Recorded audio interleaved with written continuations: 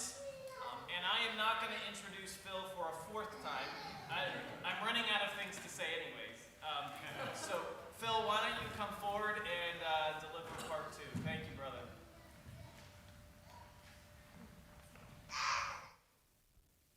I thought you were going to mention that my wife is an expert on how to manage marriage with a difficult man. We were just talking about that.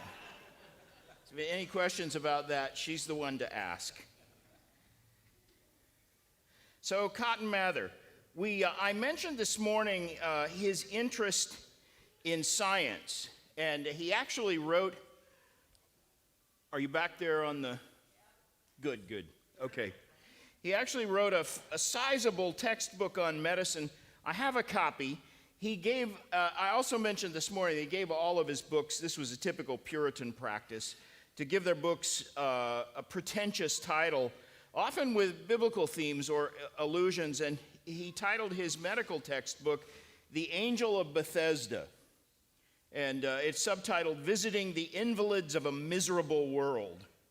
The book was published in 1722, and here's an example of the battle that Cotton Mather had between his humility and his pride.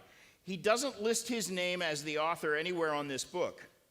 On the title page, the author is listed as simply a fellow of the Royal Society, and as I mentioned this morning, there was only one person in all of Massachusetts who would describe himself that way. Plus, the writing style is distinctively Cotton Mather's. He would slip back and forth between English and Latin, and he had this strange habit of blending preachy admonitions with his scientific observations. So anyone who read it knew this was Cotton Mather, even though he didn't put his name on the book. His Christian worldview bleeds through the book in every page. He mingles spiritual counsel with his medical advice, and he recommends, for example, fasting and prayer and other spiritual disciplines, and not merely for emotional struggles, but for physical ailments as well. And he finds spiritual lessons where no one else would even think to look for them. For example, he mentions the problem of bad teeth, or bad breath, halitosis, he says, and he writes this, "Let thy odious breath cause thee to think in speaking, how much has my throat been like an open sepulcher?" I love this book. I like that kind of stuff. Anyone who reads this book today will be absolutely appalled at some of the folk remedies that Mather passes off as legitimate medicine. It is an entertaining book to read. In fact, I would say, if you've ever seen my office, I'm surrounded by books. There's books floor to ceiling on all walls of my office. And this book is the most borrowed book in my whole library. Everybody wants to borrow it and read it because it is very entertaining. My favorite chapter is chapter 54, which is titled, Great Things Done by Small Means, with some remarks on a spring of medicinal waters which everybody at home is owner of. And it's a chapter on the medicinal uses of various kinds of animal excrement. And the closing section, those remarks on a spring of water, the medicinal waters that everybody at home is owner of, that's all about the curative wonders of human urine, which he recommends for a mouthwash, which I always wondered, how does that go with the stuff on halitosis? I don't know, but the chapter opens with a recipe that says this. Part of this is going to gross you out, I'll warn you. I'll get past it pretty quickly, but I can't skip over this. It's too good.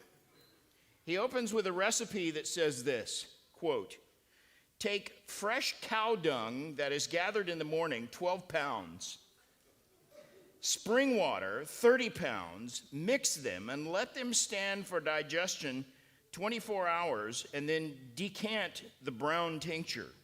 And then he gives that as a remedy for gout and kidney stones and other diseases of the nerves. And he tells this long story about a woman who used that tincture, the brown tincture as he calls it, as a cure-all for all kinds of diseases with remarkable success, or so he says. And he ends the whole account with these words, "'Tis true, the medicine is but a mean thing, but it is not to be despised."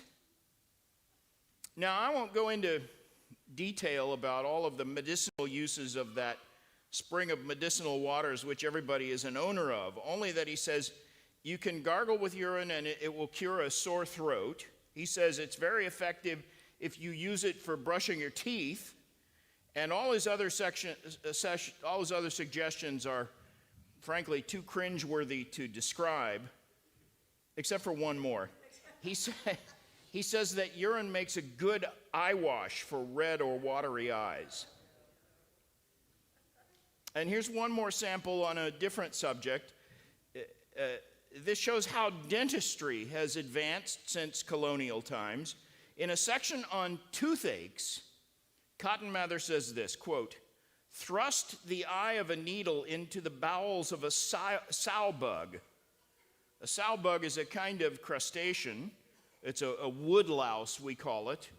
And he says, the matter which that needle fetches out, put it into the hollow tooth, if it be such a one that aches.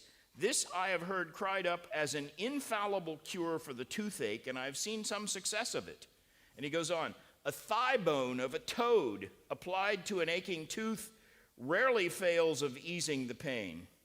And he has many more cures for toothaches. One of them is to take a piece of lint, he says, soaked with oil of cloves, and put it into the tooth cavity. And in fact, that is a remedy that many dentists still recommend, except that you're supposed to use a wad of cotton instead of lint.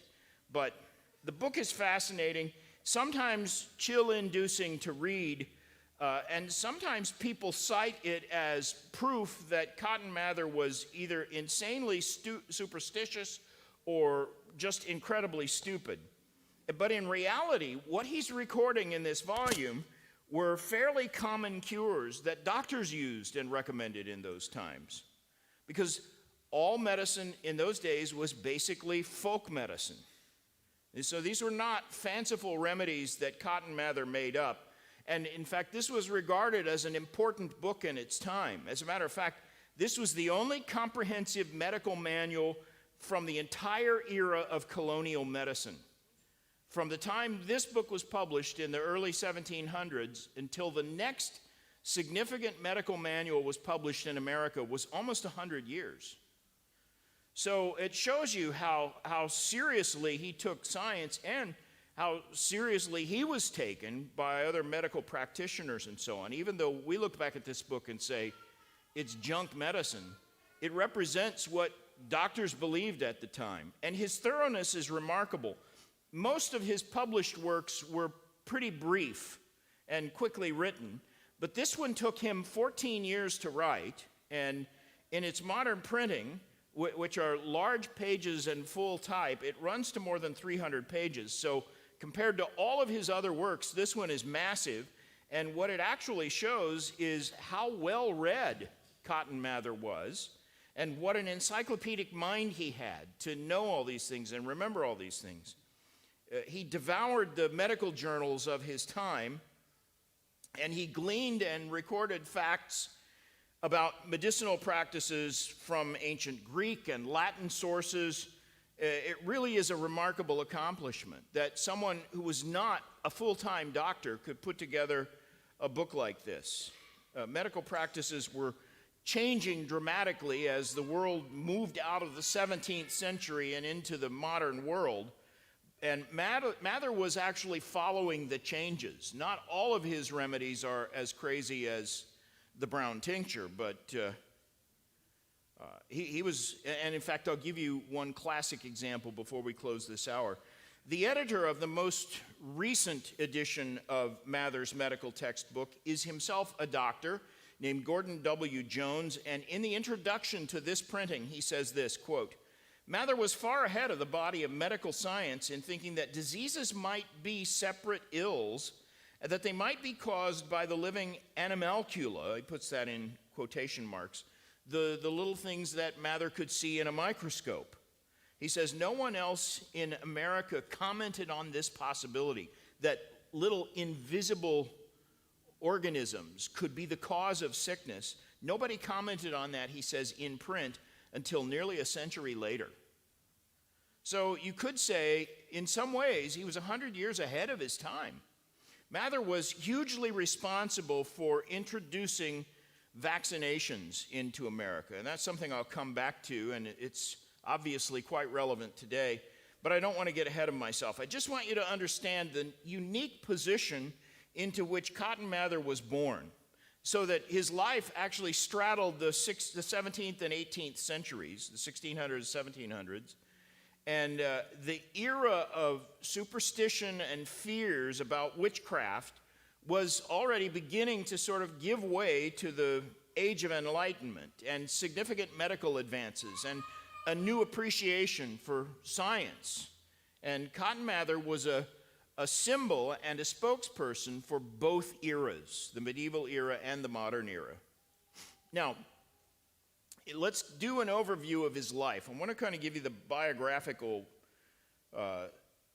details about him. So here's a short overview of some salient features about his life. When he was born in Boston in 1663, colonial Massachusetts was just 40 years old and already home to more than 20,000 people.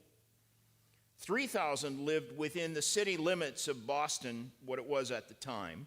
And the house where the Mathers lived, and most likely the place where he was born, although it wasn't specifically recorded, so we don't know, it's just conjecture, because this is where his parents lived, and most kids in those days were born at home.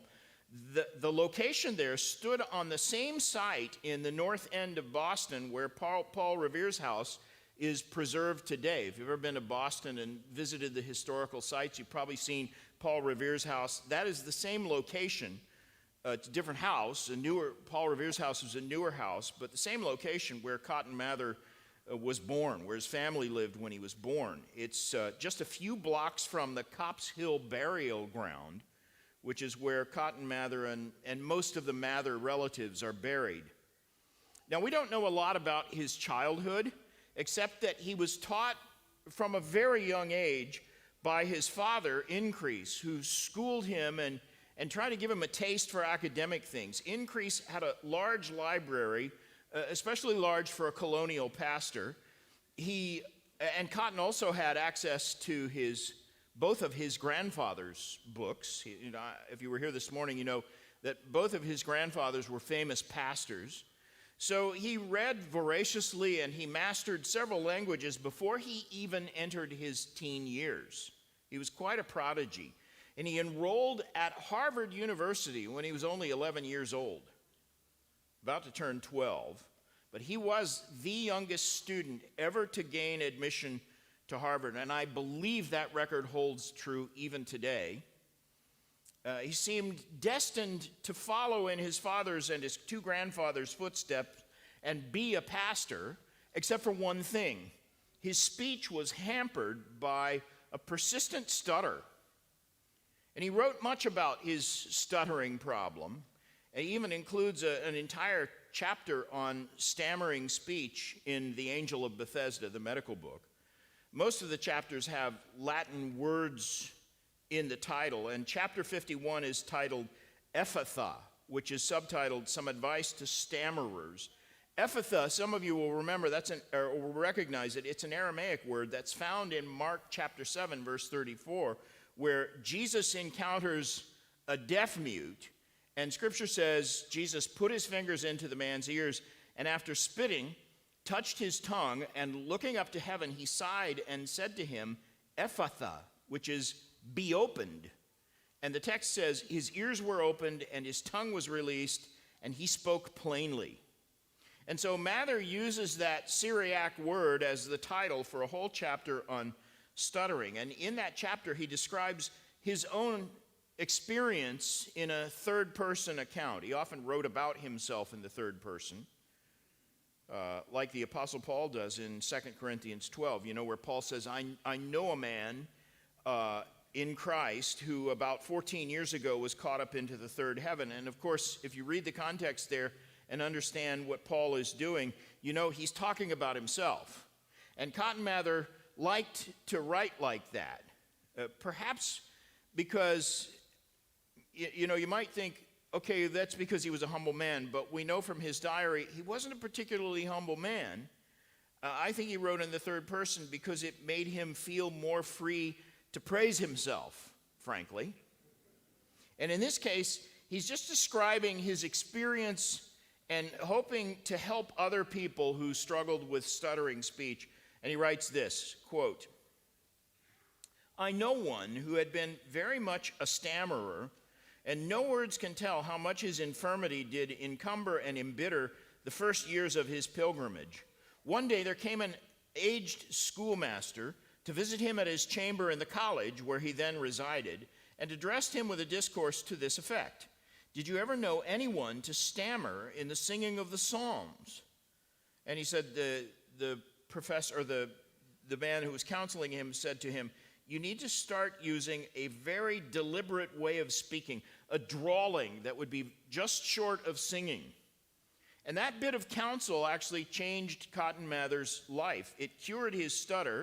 It took him a while to practice it. It didn't cure him immediately, but it made it possible for him to get over the stuttering speech and fulfill his and his parents' and his grandparents' ambitions for him. He became quite a gifted preacher.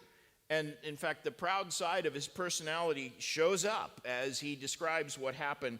He can't keep from boasting. He says this, quote, "The advice was followed. The young man soon became a preacher in great congregations, which was a thing as much despaired of as anything in the world. And he continued more than 40 years in the service of the churches, wherein his delivery was generally accounted far from any ill circumstance of his ministry.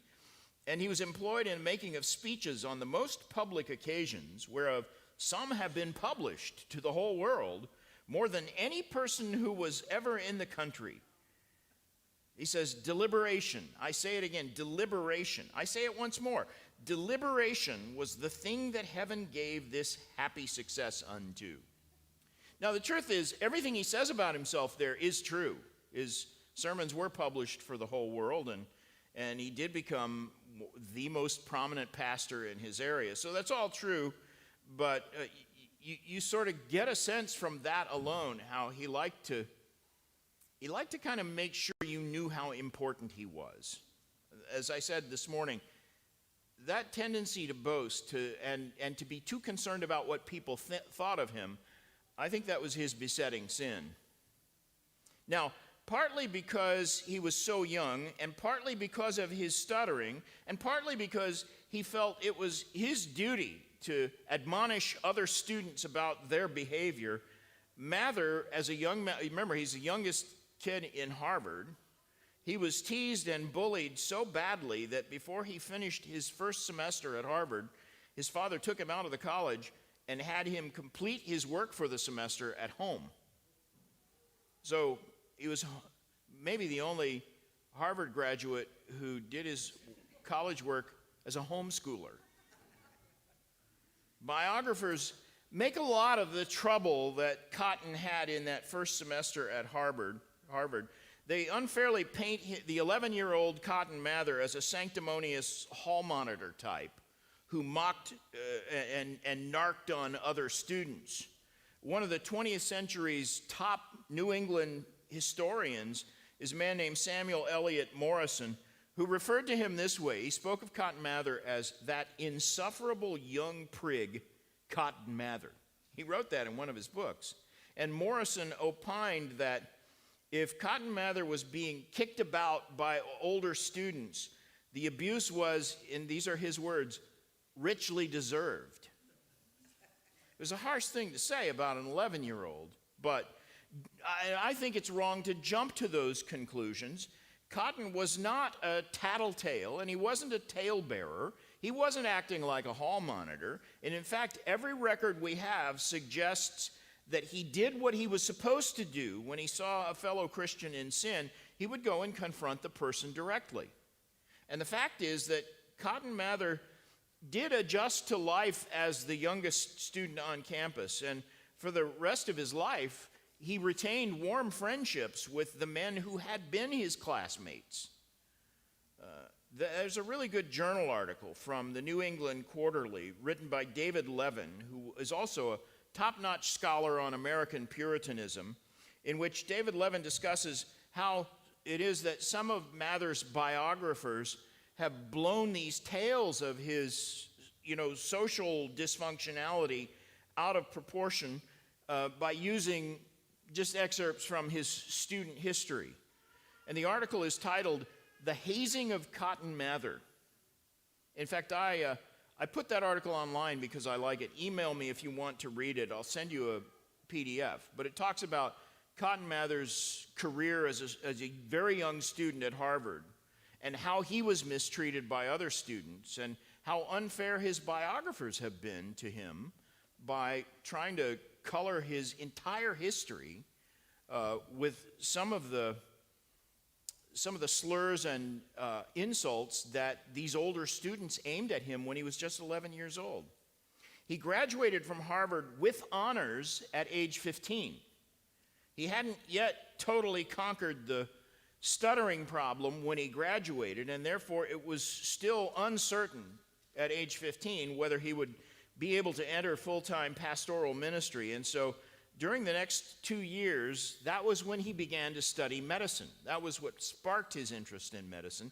He thought for a while that he might be a medical doctor. But with the help of prayer and sustained effort to speak more slowly, and in his words, deliberation, I say, he learned to pause and think through every word before he spoke it, and ultimately did conquer the speech impediment. And 2 years after he graduated from Harvard, on August 22nd, 1680, he preached his first sermon in his grandfather's church at Dorchester, in the church that Richard Mather had founded. Richard Mather was dead by then, but Cotton preached his first sermon there, and shortly afterward, the congregation of the second church in Boston, that was the name of the church, Boston's second church, unanimously called him to be his father's assistant. I mentioned this morning, they met in the Old North Meeting Hall, which sounds the same, but it's not the same as the Old North Church that you've read about in Paul Revere's testimony. But he served there in his father's church for literally the rest of his life, 48 years in one congregation. And as I mentioned this morning, he was his father's assistant for 43 of those 48 years, and then served as senior pastor for the last 5 years of his life. During the first half decade of his ministry, he earned a master's degree at Harvard, so he continued studying and got advanced degrees. In 1681, he started keeping a diary, which he continued not slavishly, not every single day, but he kept it with a fair amount of regularity for the rest of his life. And what prompted him to begin the diary, it seems, was that he finally had settled the issue of personal assurance of his salvation. And that's what his opening entry focuses on. As he begins to write the diary, he gives testimony to the fact that he has come to settled assurance of his own salvation. And also in that first entry, he records a series of resolutions, followed by a prayer to God about his tendency to stutter. So, even though he had begun preaching a year before that, he was still evidently struggling a bit to speak smoothly. He'd conquered the basic problem, but he still had a tendency. So he continued to pray about it. In 1685, then, the church ordained him, and in March of 1686, the first of all his published works was printed. It was a sermon he preached at the public hanging of a convicted murderer named James Morgan. And it was an evangelistic sermon, 54 pages in print, titled The Call of the Gospel. Copies of that sermon were actually sent to London to be printed there, and within a year, a second edition was issued.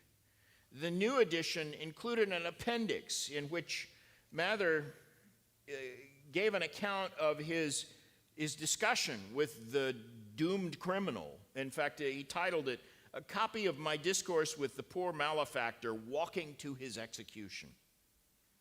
And that was the first of several hundred things Cotton Mather would publish in the years to come. And in fact, at one point, he resolved to write a book every month. And judging from the canonical bibliography of his works, he must have come very close to fulfilling that ambition.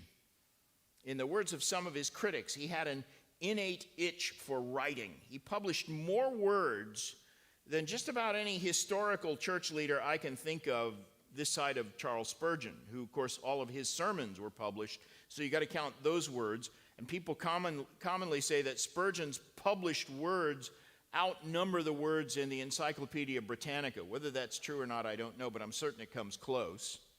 And Cotton Mather would probably come in second to Spurgeon as the most verbose written author maybe in church history.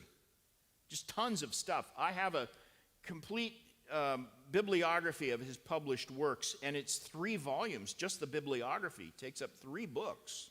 That's the bibliography, by the way. That's not the books themselves. 2 months after he published that execution sermon on a Tuesday in May at age 23, Cotton Mather married for the very first time. His wife, Abigail Phillips, was the 16-year-old daughter of a prominent Massachusetts landowner and a man who was justice of the peace. And Abigail would bear 9 children, but she lived only 16 more years after marrying him. Short lifespans were part of real life in colonial Massachusetts. She miscarried her final pregnancy, and then she suffered some mysterious lingering illness for 7 months before she died at the young age of 32, which of course was a major grief for Cotton. But as I said, early death was a common occurrence in colonial Massachusetts. He would be married again and widowed again, and then married a 3rd time. And over the course of his life, he fathered 15 children. Only 6 of them lived to adulthood, and only 2 of those were still alive when Cotton Mather died. One of his sons was a prodigal who left home and then was lost in a shipwreck. His name was Increase, named after his own grandfather, after Spurgeon's father, and under Mather's father. And Cotton Mather referred to his son Increase as Creasy. That was his nickname for him, Creasy. Creasy died in a shipwreck, and as far as Cotton Mather knew, Creasy never came back to faith in Christ. 3 of Cotton's sisters became widows who relied on him for support. So he was a man well acquainted with sorrows, but the one tragic episode for which he is most remembered is the witchcraft episode in Salem village. And I want to talk about that. The first rumblings of trouble over witchcraft came in 1688. Things in New England were politically volatile. The King of England, Charles II, had revoked the charter of Massachusetts in 1684, and in 1688, the colony sent Increase Mather Sr., Cotton's father, to petition the king to restore the Massachusetts charter. And as it turned out, all he could do was negotiate a new charter for the colony. Increase was on that errand, gone from New England for nearly 4 years, and it was during those 4 years of Increase Mather's absence that the witchcraft trouble started. Increase, in fact, had hardly left New England when 4 children in the family of a man named John Goodwin began to manifest signs of demonic possession. And Cotton Mather, who for those 4 years was solely responsible for pastoral care in his father's congregation, he took a personal interest in the case. He was no stranger to tales of demon possession. One of Increase Mather's most famous books we talked about this morning, a record of remarkable Providences, and it included a whole chapter of strange cases of preternatural phenomena, many stories about New Englanders who had suffered fits and possessions that seemed demonic. And so Cotton Mather had some knowledge of cases like that, and he and his wife volunteered to take the eldest daughter of the afflicted family, a 13-year-old girl named Martha Goodwin, into their own home to try to help her. And so over a period of several weeks, through biblical counseling, biblical admonition, prayer, and fasting, Cotton Mather was able to help her return to a state of mental and spiritual soundness. And he recorded that his prayers for the family were answered, and in his words, by degrees, all four of the children were fully and quickly delivered. Now, a woman named Anne Glover was accused of bewitching those children. She was an embittered woman with a reputation for using foul language, and she would tinker with occult practices.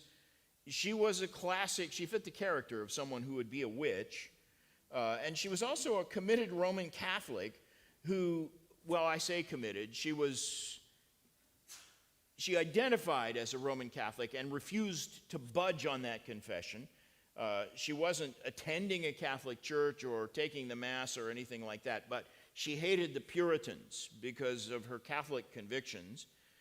And she was tried and convicted and hanged for witchcraft because of the way these children were bewitched, according to lots of testimony by her. All of that had happened in 1688, the year Cotton's father left for England. And a year later, in 1689, Cotton published a book about the case. His book was titled Memorable Providences Relating to Witchcraft and Possession. And that book gave several other additional short accounts of witchcraft and cases of demonic manifestations. But the bulk of the book, the main part of the book, was a detailed account of this young 13-year-old girl, Martha Goodwin, and her case, and her struggle with fits and sort of demon possession, evidences of demon possession. And the accounts of all of that, which Cotton Mather published, I mentioned this morning, published it, I believe, with the motive of just assuring people that there's more power in Christ than there is in Satan, and that they had nothing to fear from witchcraft or possession, but that the Word of God and faithfulness to God would deliver us from Satan's fiery darts, because greater is he who is in you than he who is in the world. That was his motive, but the effect of the book was that it stirred up both fear and curiosity across New England about the unseen work of the devil, and people began to be obsessed with this subject and fearful of it. And now, in fairness to Cotton Mather, and despite what some historians assume, he wasn't trying to whip up hysteria over witchcraft. He didn't preach on the subject. He didn't try to stir people's passions about it. He certainly was not someone who wanted to inflame speculative superstitions. He actually preached one sermon on witchcraft to his congregation, and in that sermon, which is recorded, we know what he said. He was stressing the fact that the proper remedies for Satan's devices are prayer and fasting and the pursuit of sanctification, not charms and hoaxes and conjurations. And but there was much to fear with all of the conflicts and political uncertainties of colonial Massachusetts, and these were very superstitious times.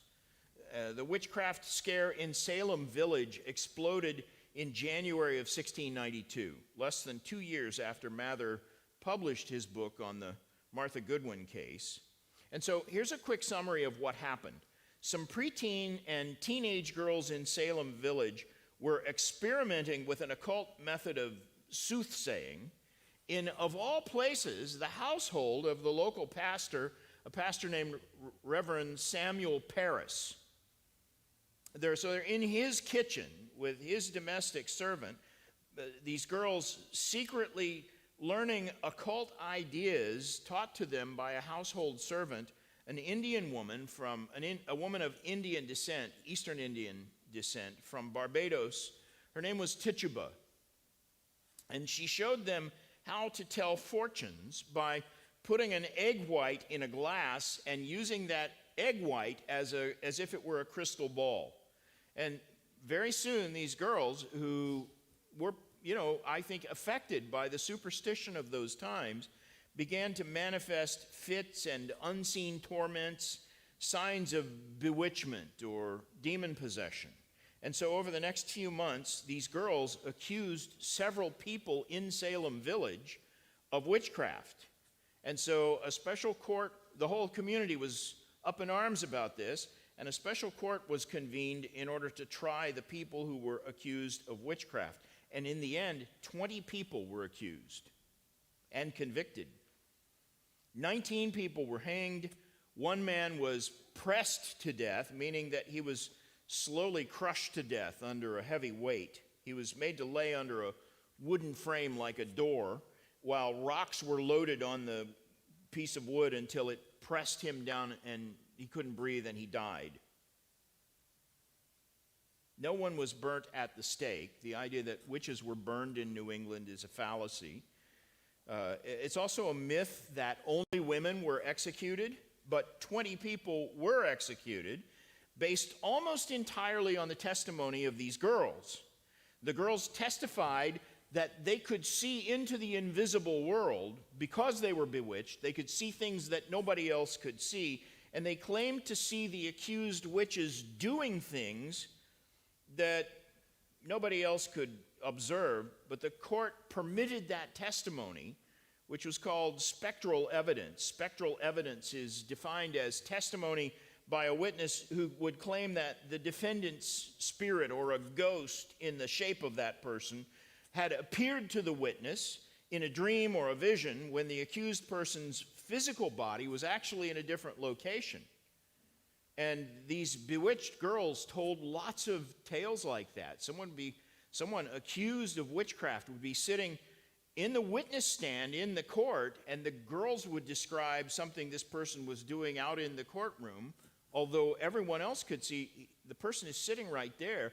They assumed something was going on in the spirit realm that only these bewitched girls could see. And the court, based on that kind of testimony, convicted people of witchcraft.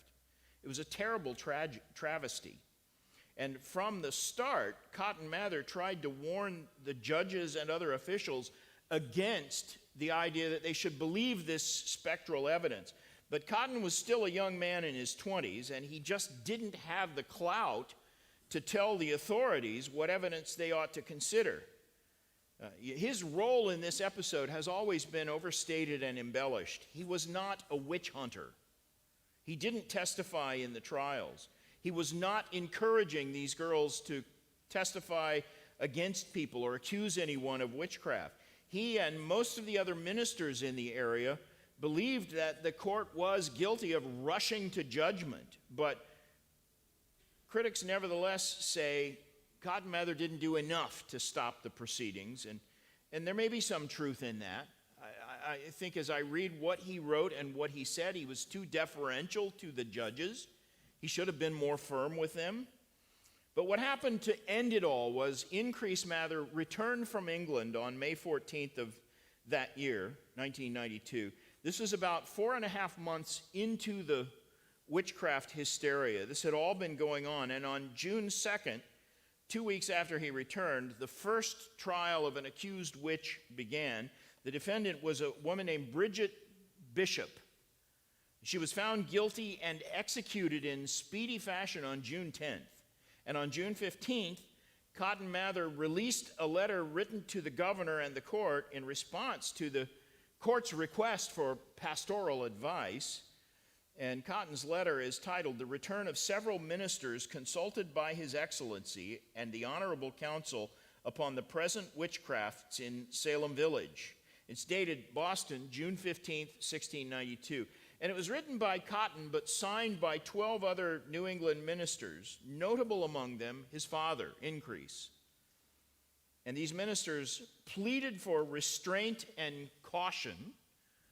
The ministers of that time are often blamed for all of this, but they were trying to put a stop to it. They said the trials should be conducted, and these are their words, with an exceeding tenderness towards those who may be complained of, especially if they have been persons formerly of an unblemished reputation. And they warned that this idea of spectral evidence, the notion that these girls could see things nobody else could see, they said, and these again are their words, this is an undoubted and a notorious thing But a demon may, by God's permission, appear even to ill purposes in the shape of an innocent person, yea, and a virtuous man. So they said, even if these girls really are seeing things like this, that could just simply be Satan's deception. You can't take that testimony and put people to death on that basis. But nevertheless, the trials continued, and more people were accused, and debates about the legitimacy of spectral evidence continued until October 3rd of that year, when Increase Mather himself stepped in and issued a document that definitively condemned the use of spectral evidence to condemn witches. The title of Increase Mather's published work on the subject is Cases of Conscience Concerning Evil Spirits Personating Men, Witchcrafts, Infallible Proofs of Guilt in Such as Are Accused with That Crime, all considered according to the Scriptures, history, experience, and the judgment of many learned men. So again, a long title, but he is basically saying whatever it is these girls are seeing is a satanic deception. He didn't, like Cotton, say, Satan can deceive people. Increase Mather said, I'm convinced that's what is happening here. This is a satanic lie. What these girls are seeing is not true, and people should not be condemned on that basis. One modern writer, a 20th century writer named Chadwick Hansen, who wrote a great book actually, on the Salem witchcraft trials, says this, quote, everyone who heard Increase Mather's title knew immediately that he was issuing a flat and direct challenge to the court's opinion on spectral evidence. So it was definitive. And that is what finally put a stop to the witchcraft episodes. Within a few days after the publication of Increase Mather's Cases of Conscience, the governor himself stepped in and ordered the proceedings to be closed. Samuel Sewall was one of the magistrates who had participated in the proceedings. He was a devout believer. He kept a diary as well. Sewall was actually a very good and gracious man. He was a bitter opponent of slavery. He was an advocate for women's rights, and not in the sense people are today, but in the sense that he believed women should not be treated as, chattel slaves or property, that they're people and they deserve human rights. And so he was a very forward-thinking man, but he'd been one of the judges in these witchcraft trials. He was the strictest of Puritans when it came to doctrine and holiness, but he was perhaps the best known person on the panel of judges who had condemned these witches. And what he is famous for today is his public repentance for the role he played in the witchcraft fiasco. He believed the witchcraft trials were the reason Massachusetts subsequently suffered several bitter strokes of divine providence, some of them that befell him and his family personally in the 5 years following the witchcraft affair. 2 of his daughters and his mother-in-law died in that 5-year span. Another child was stillborn, and in the wake of all the sorrows he suffered, he read Matthew 12, which says, if you had known what this means, I desire mercy and not sacrifice, you would not have condemned the guiltless. And that verse struck him to the heart, and he wrote out a sorrowful public expression of repentance and lament. He had it read to the whole church publicly, and he called for a fast day for the whole community to collectively express their grief over the guilt of what the community had done. And in fact, there is a mural in the Massachusetts State House to this day commemorating Samuel Sewall's contrition. By the way, he was another New Englander whose diaries have been preserved and published in 2 volumes. And if you're interested in New England history, I say Samuel Sewall's diary is a must. You must read it. He was a classic Puritan. He hated the idea of Christmas. The Puritans didn't approve of celebrating Christmas. And one of the funny things in his diary is every Christmas day, he takes time to record the fact that all the shops were open and everybody was working as usual. nobody celebrated Christmas. So there's that we would have against him. But other than that, he was a nice guy. So why? We have to ask, how did Cotton Mather become the chief villain in the historian's writing of the witchcraft episode? Why is it that when we think of that, we think of Cotton Mather as the chief bad guy? How did his name and his reputation get so tarnished? Because he clearly doesn't deserve it. But the fact is, about 8 years after the witchcraft trials ended, a man named Robert Califf wrote a scandalous account of the events in Salem village that was purposely written and designed to accuse and belittle Cotton Mather. He hated Mather. And Robert Califf was the first to exaggerate Cotton Mather's role in the episode. And he filled his book with insinuations that called Cotton Mather's character into question. And that book hurt Cotton Mather in a way that he never fully recovered from. And in fact, I mentioned earlier Samuel Eliot Morison. He's the guy who referred to Mather as a prig and said he deserved to get beat up by the other students. So he was no fan of Cotton Mather's. But he wrote this about Robert Califf. He said, Califf, who had it in for Cotton Mather, tied a tin can to him after the frenzy was over, and that tin can has rattled and banged through the pages of superficial and popular historians. And that's exactly, that's a perfect description of what actually happened. Califf actually put a stain on Mather's reputation that has followed him throughout pretty much every historian's account. I could talk for days about the witchcraft delirium and how it hurt more than Cotton Mather. It actually ruined American Puritanism. But we don't have time to go into that. I actually have 2 overstuffed shelves of books in my office on that one subject alone. But the one book I most strongly recommend, if you would like to read an objective and even-handed record of the history of the witchcraft trials, the one I recommend is Witchcraft at Salem. I'll put a picture of it up later, by Chadwick Hansen. I mentioned his book and said it's a good one. I'll give you that recommendation along with 2 other books at the end. But we have to move on. I want to mention that Cotton Mather was largely responsible for introducing the practice of vaccination into America. He describes the practice in an appendix to his chapter on smallpox in The Angel of Bethesda, the book we started with, the medical manual. Mather had heard about inoculation from an African domestic servant known as Onesimus.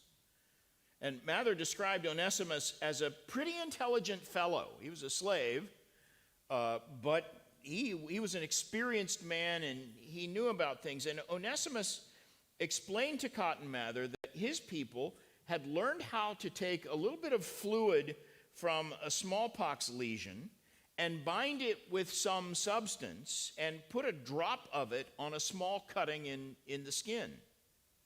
And in Onesimus's words, as Cotton Mather recorded it, he said, nobody die of it and nobody have smallpox anymore.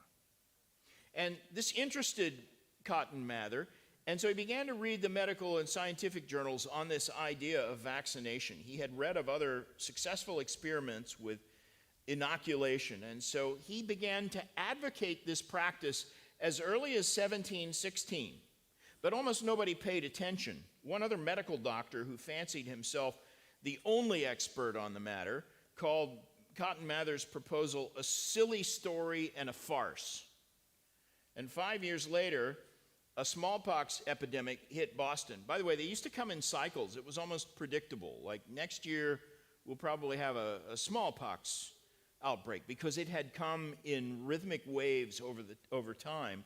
And so as they prepared for the next year's smallpox epidemic, Cotton Mather inoculated himself and began inoculating other willing people. He inoculated 242 people, and only 6 of them subsequently died.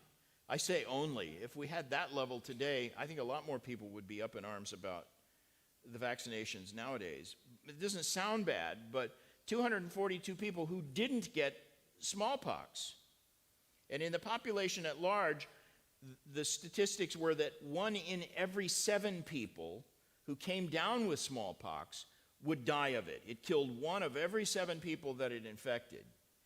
And in all, in that year, 844 Bostonians died of smallpox. That's 14% of the total population.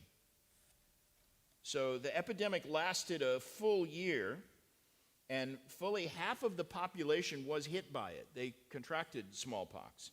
Nevertheless, while this epidemic was in full swing, popular opinion was dominated by people who were opposed to the vaccination, and they were passionate.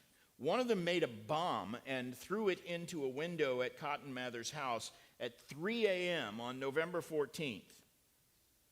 It was a ball of some kind that was loaded with gunpowder and turpentine, and thankfully it didn't explode. It hit part of the window on its way in and then landed on the floor, and when it hit the window, the fuse came out of it, so it didn't explode. And Mather said it was heavy enough that if it had fallen on one of his children, the weight alone would have been enough to cause a fatal injury. So this is a ball about the size and weight of a typical bowling ball. A significant bomb it would have been had it exploded. But there was on the bomb written a message tied to it with a string, and the note said this: "Cotton Mather, you dog, damn you, I'll inoculate you with this, with a pox to you."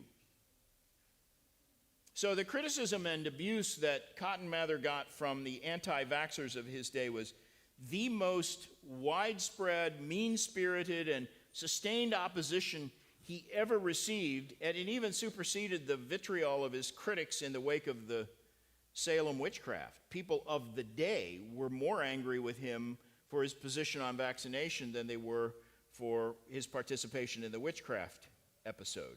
One biographer points out that Mather was already well practiced in receiving comeuppance, but he had never before been so publicly, relentlessly, and ferociously clawed.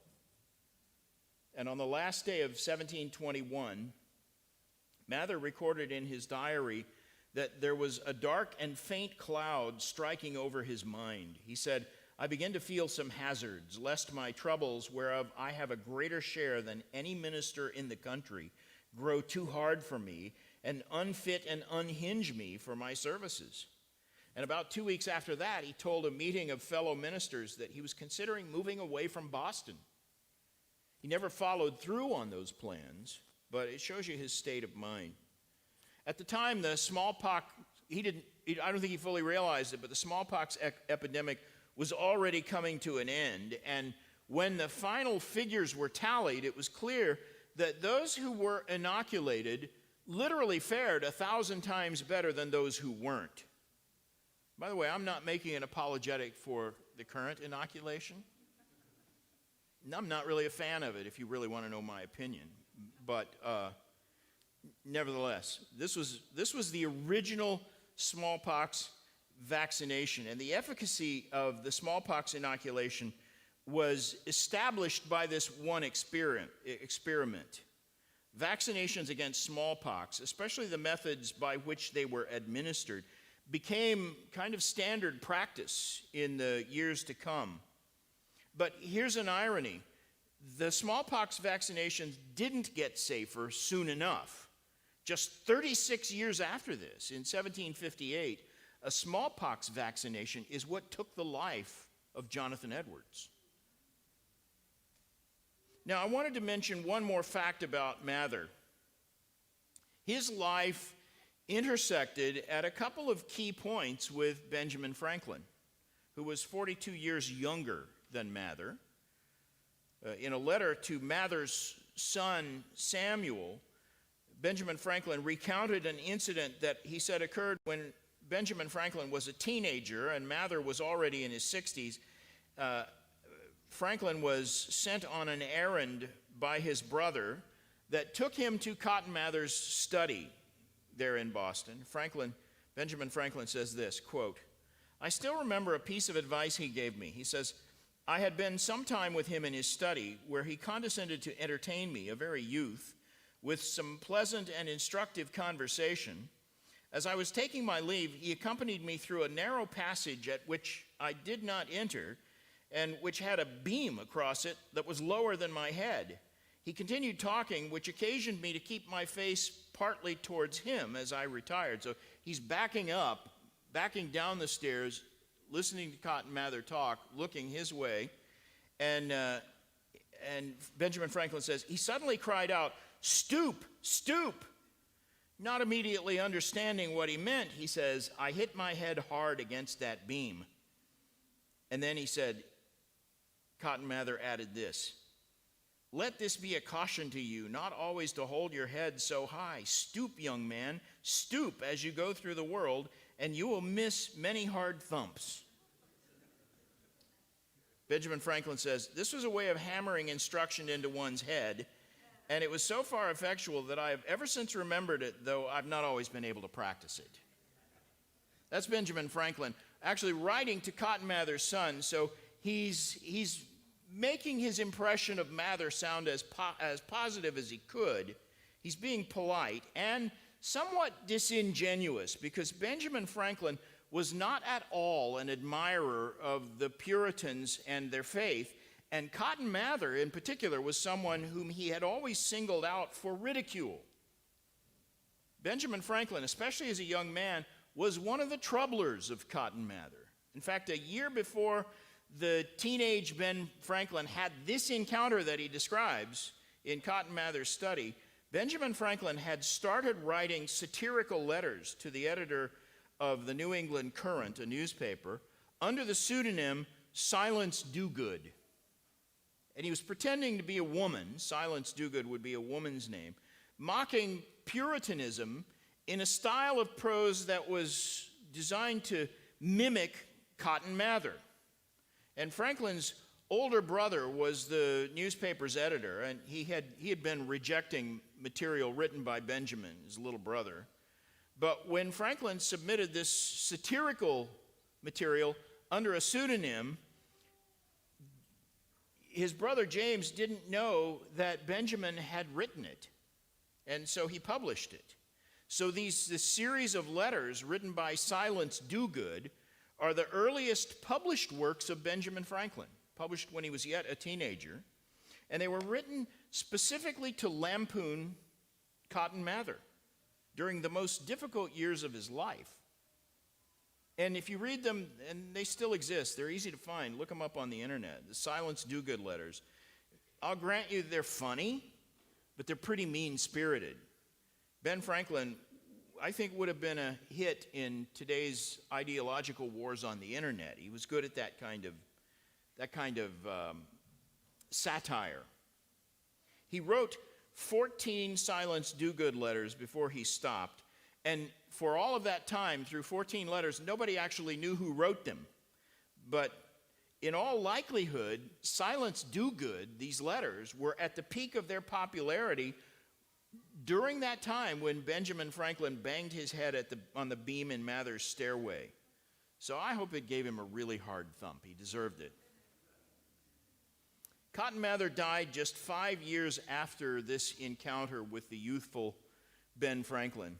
He had been bedridden for about 6 weeks with what his son described as a hard cough and a suffocating asthma with a fever. And he died peacefully on February 13th of 1728, one day after his 65th birthday. He had known he was dying for a few weeks, and he prayed to be spared from a hard death, and the Lord answered that prayer. The last word Cotton Mather ever spoke was grace. Now, I promised I'll recommend some books. I'll recommend 3 of them. The first one I've mentioned already, Chadwick Hansen, Witchcraft at Salem. It is, I think, the most even-handed and fair-minded account of the history of Salem and the witchcraft episode. It's well-researched, well-documented, easy to read. It's written for lay people. It's not an academic book, but it's excellent. And it will give you, it was one of the things that actually first sort of piqued my interest in Cotton Mather. The second book, by Kenneth Silverman, The Life and Times of Cotton Mather. There's more than one book by that name, The Life and Times of Cotton Mather, so be sure you're talking about the one by Kenneth Silverman. This won the Pulitzer Prize in 1985. And it is, I would list it as one of the top 5 books I've ever read. It's totally readable. It is an academic book, but it's full of facts and research about Cotton Mather and some of the things he wrote and said that, as far as I know, nobody had ever put in print before. So it's a very eye-opening book, and also even-handed. It's fair to Cotton Mather. It criticizes him where he needs to be criticized, and it praises him where he can be praised. And then third, an evangelical book by Rick Kennedy. This is a very recent book. I forget the year it was published, but sometime in the last 5 years or so, Rick Kennedy wrote a book called The First American Evangelical, A Short Life of Cotton Mather. And with that, I'll quit, because I promised somebody that I'd save time for questions, and I don't know if we do have time for questions. Are we supposed to be done at 7? Okay, so I'll answer questions as long as you have them. Yes, sir. So how old were the Goodwin girls during the trials, and what do you think was ultimately going on with them? The eldest was the one Mather took into his home, and she was 13. So they were younger. Most of them were younger than teenagers, and they weren't all girls either. I think there was at least one son in the Goodwin family. And I don't know what was going on with them. It was a bizarre sort of behavior. It could be that they were abused by their parents.